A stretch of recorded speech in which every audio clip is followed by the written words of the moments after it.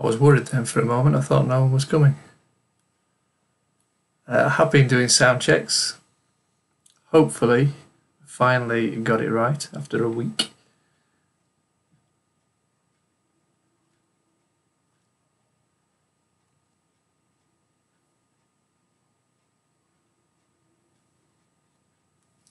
Excuse me, the last video had a lot of, I think I had the gain too high. In fact, I did have the gain too high, so I just put everything down to defaults. Seems alright when I record a video and play it back without it going through YouTube. I can't imagine why YouTube would make the sound go bad.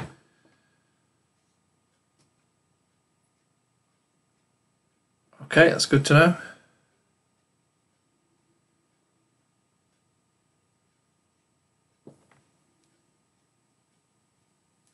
Frustrating that if I just left it on default, put it in the right place, and then not messed about with the settings, it'd have been perfect from day 2. Never mind.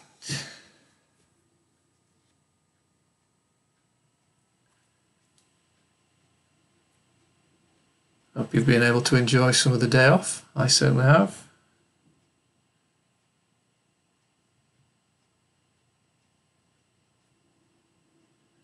Certainly enjoyed the England match yesterday.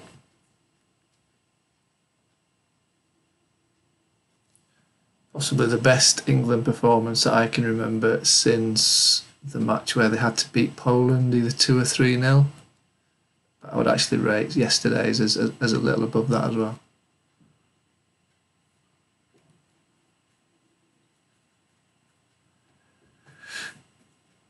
Yeah, the last busy day. As of Tuesday, it drops down to 4 matches. You've got the ladies' quarterfinals on Tuesday, the men's quarterfinals on Wednesday. So what I'm actually thinking is I'm not going to do a live stream for 4 matches. I will probably write the trading advice email Monday night and Tuesday night and then do the video and I'll put it out.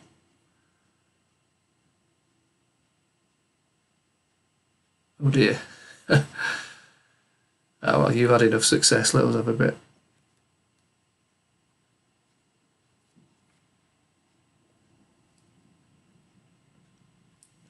Okay, we'll jump into it.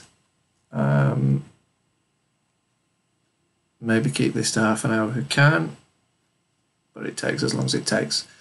I've gone through all the 16 matches, written down some of the relevant stats, etc.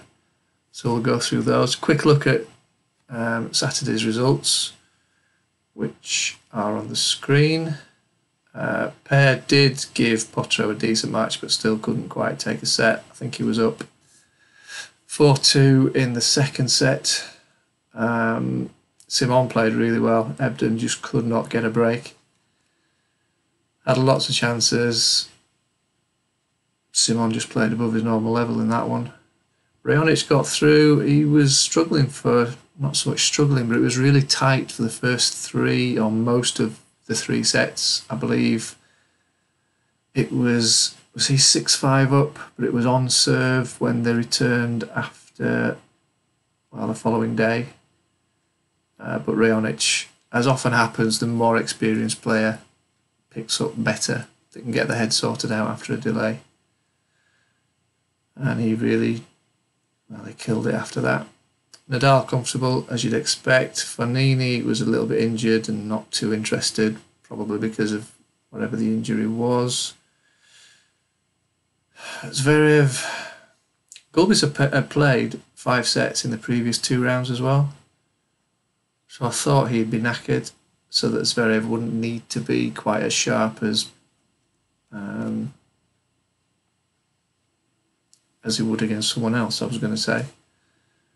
I would imagine there's something physical wrong with him, because he also played 5 sets in the last one. I didn't trade that one.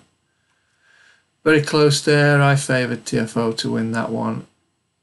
He was 2 sets up, so nice trade out on that one. there didn't seem any point staying in for the last few ticks. We got the set for Edmund in that one, first set, so that worked out nicely.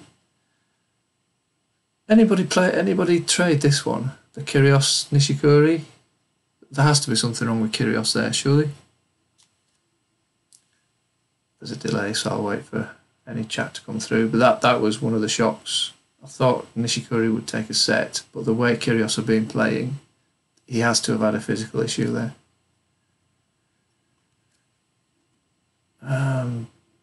Barty, that trade-wise, that was really good because Barty took a strong lead in the first set.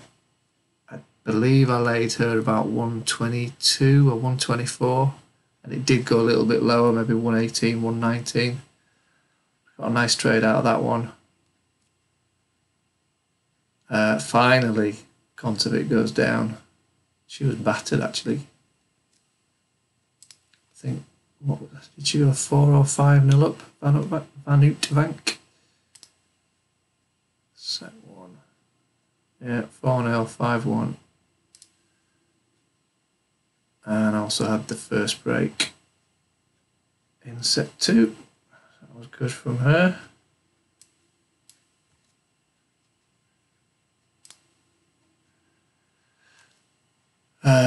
Halep. So often she just throws in a crap match. And it's when she's been playing well. She's looked pretty solid, or as solid as she's going to be in the early rounds. Su Wei Sei playing well above a normal level. Thoroughly deserved it. Can't take that away from her at all.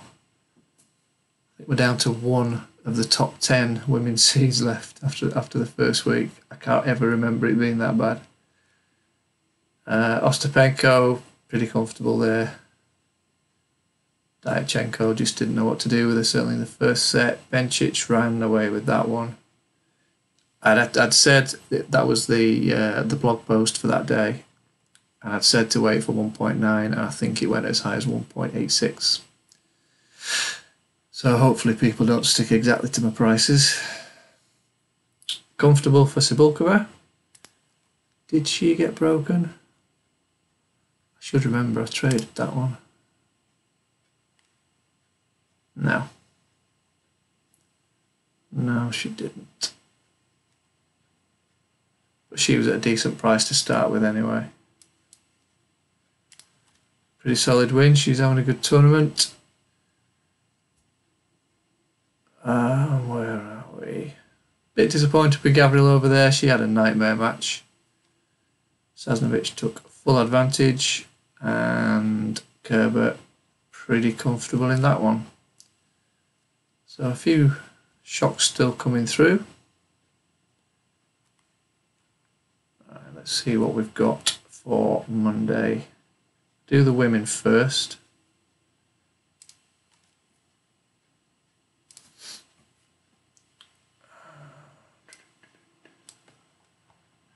Okay, haven't.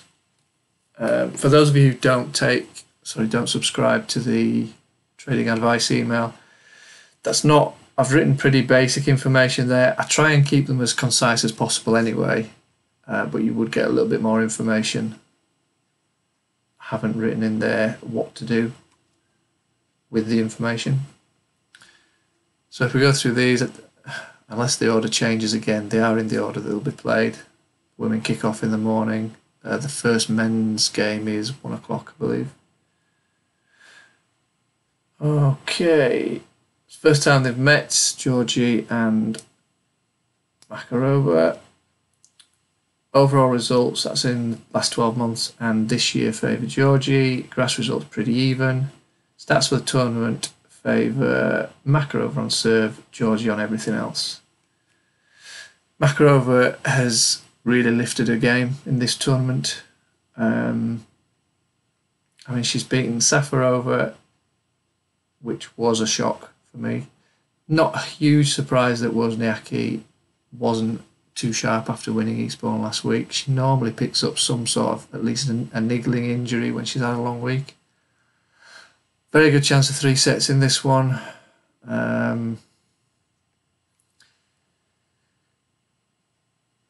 it's a tough one, really. As far as, let me just bring up who they've played. I was hoping I'd remember. I only did this about an hour ago. Memory like a sieve sometimes.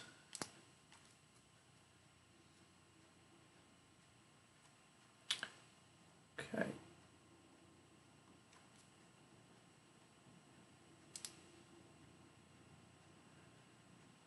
Yeah, Georgie so often has a lot of double faults, which she did have against Siniakova. Siniakova still having some injury issues.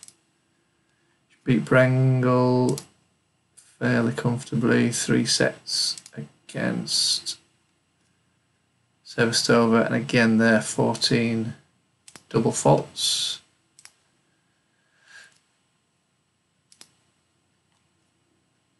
Makarova pretty strong on serve, just broken once. Safarova's played well, that's a good win. Didn't give it away. She kept fighting right to the end, kept the last set pretty tight. Makarova broken 5 times. Wozniacki, he was struggling there for a hold, 14 break points faced, and she was broken 5 times. If there's been such fluctuations, there are anyway in tennis, from one match to the next, and the level that players come up with, but it seems to have been even a bigger gulf than normal in this tournament. Can't imagine why that would be. Maybe, I mean, there's players coming from hotter countries than the UK, but we are having one of the best summers I can remember, certainly temperature wise. You know, where a typical house in the UK doesn't even have air conditioning. So when the temperatures are above 30 degrees, you know, we need to start suddenly working out how to deal with the heat, which sounds pathetic, but when you get a bit of sun in this country, you tend to think you've got to be out in it all day because it might piss it down tomorrow. But this has been going on for weeks now, so people are having to start to get a little bit smarter, and generally, certainly around here, they are. People are having to make do with fans, which is certainly better than nothing. They're drinking more water than they would, etc. The stuff that people from hotter countries just take, it's just normal for them. It's not for the UK. And people, when they come to Wimbledon, they get used to what the conditions are going to be, and maybe some of them have been caught out. Maybe they think they don't need to look after themselves quite as much in this country because it's usually cooler. There's always rain delays at Wimbledon. I don't know. I'm rambling. Shut up, Shires. So on this one, I'm going to go with Makarova simply because she's giving fewer chances on serve. Georgia giving too many points away on second serve with double faults. Ideally, I want 2.1. I'd certainly be very tempted to pull the trigger above 2 on Makarova. Next one, Cibulkova is having a superb tournament so far. She's won both the previous matches. Overall results favour Say, and they're pretty even on grass. She's got one more win. Halep had 23 break points in that last match, so I would expect Say's serve to come under pressure again. I do favour Cibulkova for that one, but I'm looking for 185. If you want extra value, wait until she gets broken. She's been pretty solid though on serve. Normally with Cibulkova, you just wait for her to get broken and then back her. The option's yours on that one. I think there's a chance she won't get broken early. So 185 would be probably the best compromise price. Next one. Stats-wise, looks pretty one-sided. Ostapenko's won their last 2. The last one was last year at Wimbledon. She won in 3 sets. Overall results on all surfaces favour her, grass results favour her. She does tend to lift herself for the big events, not every time, but more often than not. So really there, I'm looking for her to be broken before I'm going to back her. Last year they went to 3 sets. There's a chance of 3 sets again. The value at the start is on Sasnovich. And we can back Ostapenko if she loses that first set. Pliskova, the only top 10 player left in the tournament. She's never been past the second round before this tournament. I suppose she's got to be thinking about winning it, which then shifts a little bit of pressure onto her shoulders that she maybe hasn't had. There's no expectation of her really coming into the tournament, whereas now she's the top player. Burton's has played well. She's played well above her normal level. They've never met on grass. Overall results favour Pliskova. Pretty tight on grass. She's just got 1 extra win this year. I think that's going to be 3 sets. So we've got the initial value on Burton's. She played really well, fought hard against, admittedly, a Venus Williams who wasn't at her best, but she scrapped as well. And with the extra pressure on Pliskova, I think we'll see 3 sets there. I think Pliskova will take it. Price-wise, I think on that one I'm going to go for part stake at 1.8, and I'll add the rest after she gets broken. If she gets broken. That's the plan for that one. This is a tough one. Guega's won the previous match.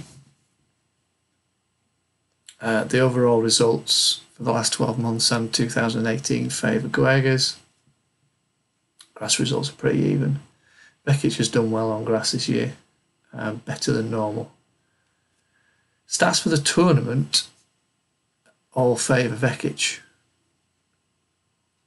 So there's certainly a little value on Bekic at the start. I think it's going to be very tight. Both have served well. If we don't get tie breaks, we're almost certainly going to get 3 sets.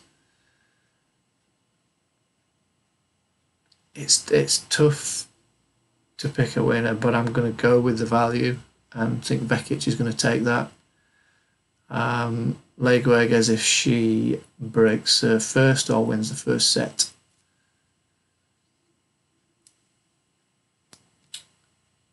Bencic is enjoying herself. She didn't come up against too much opposition from Suarez Navarro in the last round. Kerber's had one bad match. She's had 1 bad set really in three rounds. She'll be another player who thinks she's got a realistic chance of winning the tournament now. Again, does that add pressure? She didn't do very well with the pressure when she was world number 1. I think we've got some value on Bencic. Wouldn't be at all surprising if that goes to 3 sets as well. I would lay Kerber if she breaks first and back her if she loses that first set. Racing through them. Van Uytvanck finally did the job for me on Kontaveit. Kazatkina won their last match, which was actually last month on grass. 3 sets. Overall stats slightly favour Kazatkina. And she also has a very slight edge in the grass results. Her service hold, she's had to work a little bit harder for her holds than Van Uytvanck.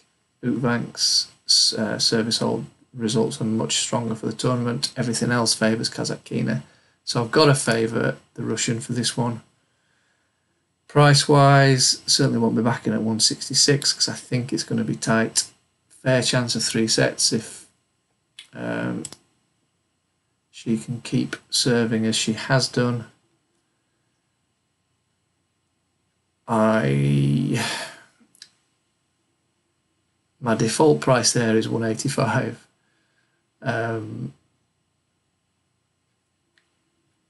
Or if you want to make sure you get better value, wait until Kasatkina gets broken before backing her. I can see that being quite an up and down match, few price swings. There could be quite a few breaks of serve, I think, in that one. So back Kasatkina after she gets broken. That'd be a cracking entry, I think. Rodina, I can't see her getting anything from that one. I believe she picked up an injury or she had a medical timeout in the last match. Either way, she does not believe that she can take anything from Serena, I'm sure. I'm not sure that's even worth laying. So just watch, she'll take a 5-0 lead in the first set. Okay, on to the men's, time-wise. How did I do the first few in half an hour?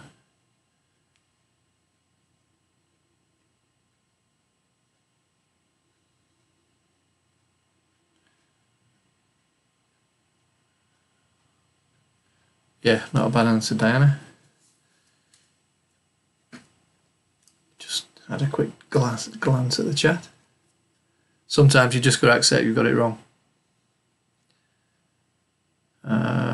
So just read that comment before I go on to the men's.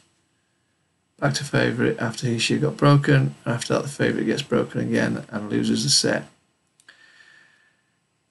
One good option is think, got it wrong, get out, move on to another one. It depends if you're really, really convinced that your player is the better player and will come out on top. If that's the case, you can then back them again, which is going to be superb value as long as your pre-match assessment is right, which then raises your break-even figure. So maybe if they get a break back in the next set, or sorry, get a break in the next set, the market's going to favour them. It's going to be biased towards them. So you've got the option then of either getting out at reduced red. You may even be in a green situation because you've backed again higher up. Or you can reduce just some liability and stick in the trade a little bit longer. Depends how big your balls are, really, I suppose. The biggest losses for me are when my favoured player loses in 2 sets, because I tend to think I get more matches right than I get wrong, so I usually stick with them. And if they're just not feeling it, maybe they are carrying an injury, they're just not feeling well, gone out of bed the wrong side. It happens, thankfully not too often. Are your options? No guarantees. There's no guarantees. Nothing. No plan works in every situation. That's what makes it interesting. Okay, on to the men's. Federer. I can see Mannarino keeping the sets tight. Federer must be thinking about the final again. Still not lost a set in the last 2 Wimbledon tournaments.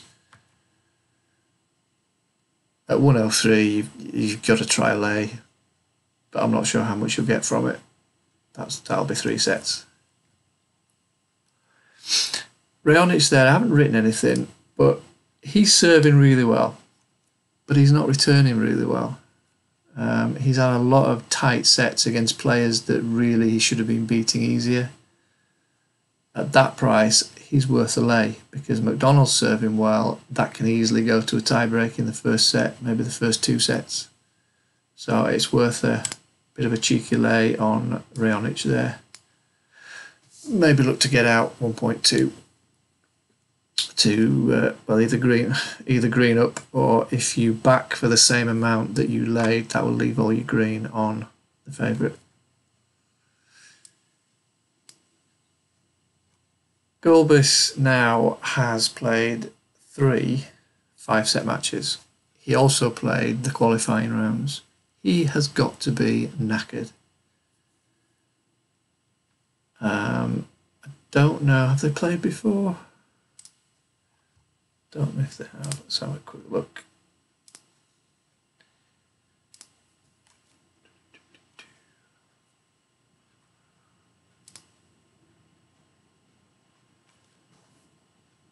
Nishikori recently, you just get the feeling he's not at his best. Oh, 2-0, both on clay. Last one 2014, not hugely relevant.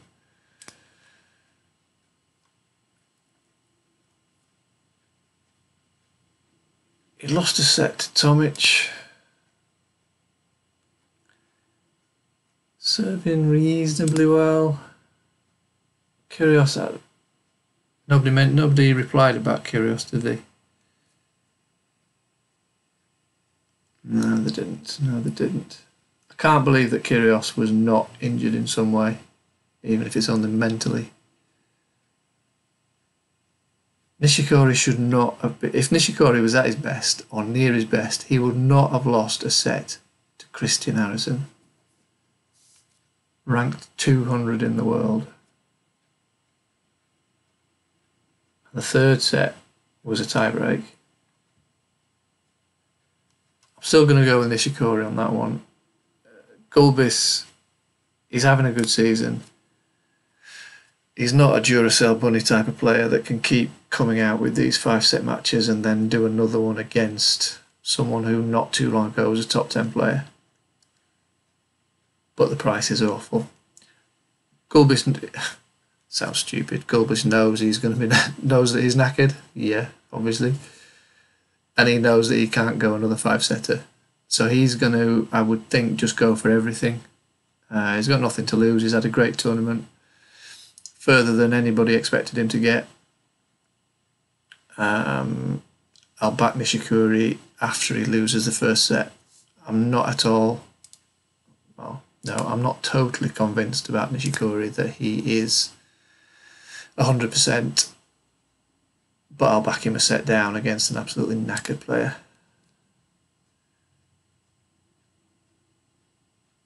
Next one. Okay, their overall results pretty even in the last 12 months and in this season. Isner has not been broken in 3 rounds. And when his serve is working on grass, it's got to be a nightmare for his opponent. I think you're on a firing range. And he's actually he didn't face a break point in the last match. And he's faced a total of 5 in the 2 matches before that. And old Stefanos has been getting the job done. Hasn't been that convincing. I think he'll still keep it. He will lift his game a little bit against... I didn't realise Isner was back in the top 10. When did that happen? I fall asleep for 6 months. He will lift his game there and will be more focused on his own serve. He won't give as much away as he has done in previous rounds. I still can't see Isner losing that one. I think we can get 1.8 on Isner pretty easily without anything major happening. Love 30. Certainly a break point, you're going to be looking at 1.8ish, and that the way he's been serving best of 5 sets is what I'll be doing on Mr. Isner. Now here's a tricky one. Monfils, underdog, he's won all 5 of their previous matches, though they haven't played since 2016. Never played on grass. Overall results on all surfaces favour Anderson. Monfils, they're pretty even on grass. Monfils has a couple more wins this year. And that, I thought, that was like to confirm how close it is. They've both won 32 of their last 50 matches on grass. Value on Monfils. Let me just bring the matches up.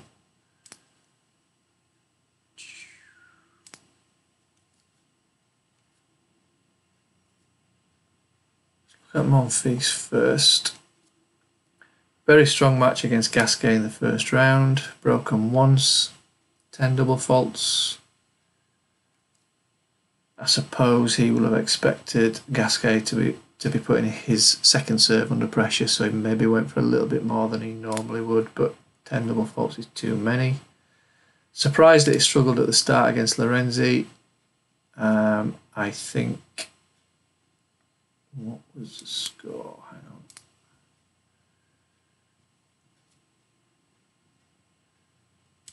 Yeah, his serve got more consistent as the match went on. Maybe he thought it was going to be an easy match. I certainly thought it was going to be an easy match, and he suddenly switched on when he was set down. And an excellent win. Querrey has been playing really well. He's improved his second serve as Monfils there. Only 18 aces. Querrey's got quite a big wingspan. He can get his racket on the balls. First serve percentage excellent. First serve points 1 excellent, and only faced 2 break points. So real value on Monfils in this one. However,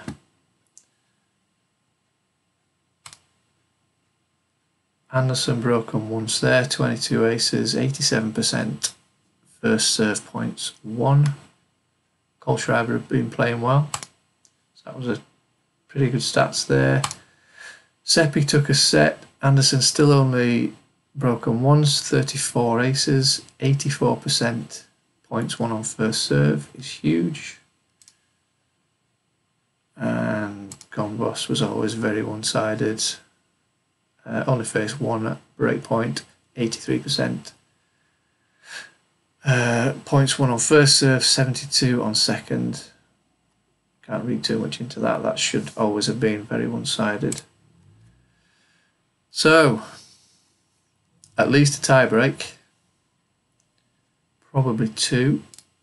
And a very good chance of 4 or 5 sets. Values on Monfils. And really, before the match, I don't see what else we can draw from the information available. It really comes down to who's feeling it more. On the day, Anderson, come on, got to this stage last year, so he's defended his ranking points, and click it, idiot. Monfils has gone one better. So they're not particularly worried about defending points now. They've done that, playing for pride, playing for money, mainly for pride, I think, when you get to this stage of the tournament. Very tough backing servers is going to be a good option. Let me just have a look what price they're at. 173. It's a good price to be backing both of them on serve. Just be careful that when you've got 2 big servers, if you stay in for a break of serve, it's going to go a long way against you because it's basically set over. So I would say in the sets, don't go beyond 4 all, because after that, the price moves are even bigger. I'm trying to think who I would pick to win it. It's going to be decided by a small number of points. I would say value on Monfils. He has played better than I expected.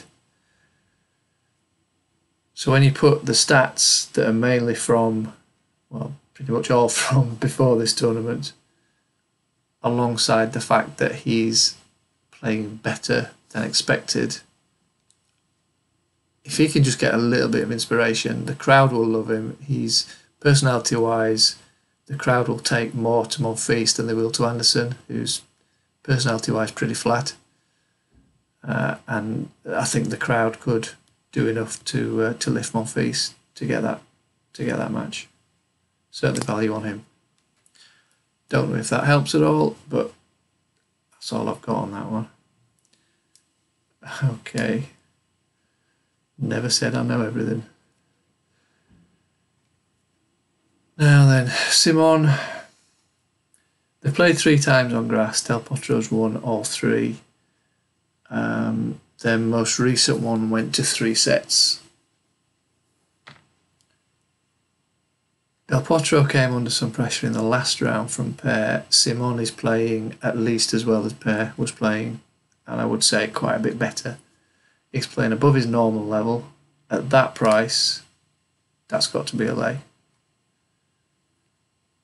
And I would be very surprised if he didn't take a set, at least. And it's possible. You can never rely on Gilles Simon holding a high level of play from one match to the next. If he does, he can take that to 4 or 5 sets easily. That's got to be a lay. Look to reduce some liability around about 1.3. That could be a very interesting match. Then we get the 2 boring ones. Djokovic lost his first set of the tournament in the last round against Edmund. Chachanov has got a chance of doing the same, taking a set. I just don't see where he gets 3 sets from, so he's not going to win that one. And Vesely is playing excellent tennis. He's another one playing well above his normal level. It's still hard to see Nadal losing to anybody but Federer so far. Is it worth trying a lay? It's always worth a lay below 1.1. Reduce liability. 1.2 is maybe greedy. The market will need an extra push to go up to 1.2. I would say look at 1.18 to get out. That sounds very exact, but the way the market isn't, how do I describe this? The market's obviously driven by the people trading it, and they have, this is traders taken as a whole, they like round numbers, and they're not going to go above 1.2 without that little bit extra happening. So I think you could be frustrated if you put in an order to close the trade at 1.2 and it'll touch 1.8, touch 1.9, and maybe some taking at 1.2 and it just won't get there because they don't want to go over that magic round figure. See if I'm right. Vesely will probably take a 5-0 lead or something stupid in the first set. Okay, 38 minutes. I think that's all I've got for you today. As I said earlier, if you weren't here, we dropped down to just 4 matches a day from Tuesday. So Monday's video, I don't really see the point of doing it live.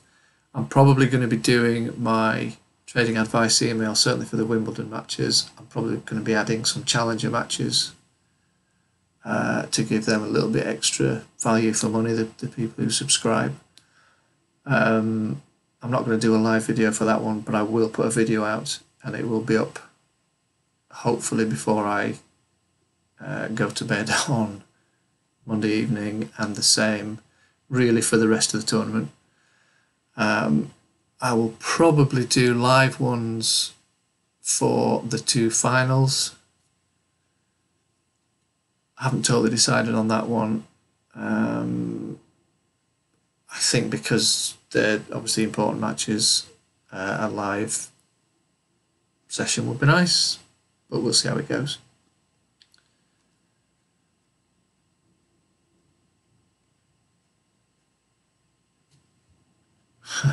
Kyrgios bored. Probably the only player who could get bored in that position. Right, folks, thanks for watching.